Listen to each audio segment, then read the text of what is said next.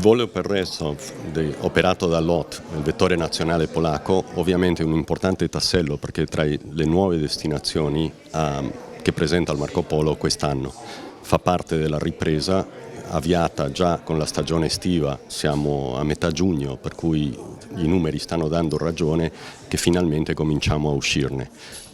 La Polonia per noi è un mercato importantissimo, non soltanto per Venezia, ma per tutta la regione Veneto. Non dimentichiamo quello che è l'interesse da parte dei turisti polacchi per la montagna in particolar modo, per cui fa parte di ritornare ad avere la rosa di destinazioni completa e perché no anche destinazioni come Rezov che sono nuove per noi.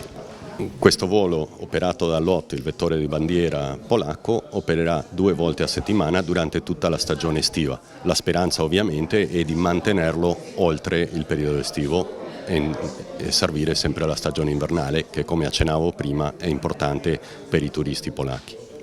Tutti dopo la pandemia abbiamo voglia di riprendere, di viaggiare. Venezia è una città amatissima dai polacchi, quindi siamo convinti che tanti ritorneranno con piacere a Venezia perché il turismo polacco a Venezia è importante. Abbiamo accolto più di 3 milioni dei profughi ucraini in Polonia, li stiamo aiutando tutti i giorni. Noi speriamo che la guerra finisca prima possibile e Podkarpackie è predestinato ad essere un hub europeo da dove partiranno tutti gli aiuti anche di ricostruzione del paese.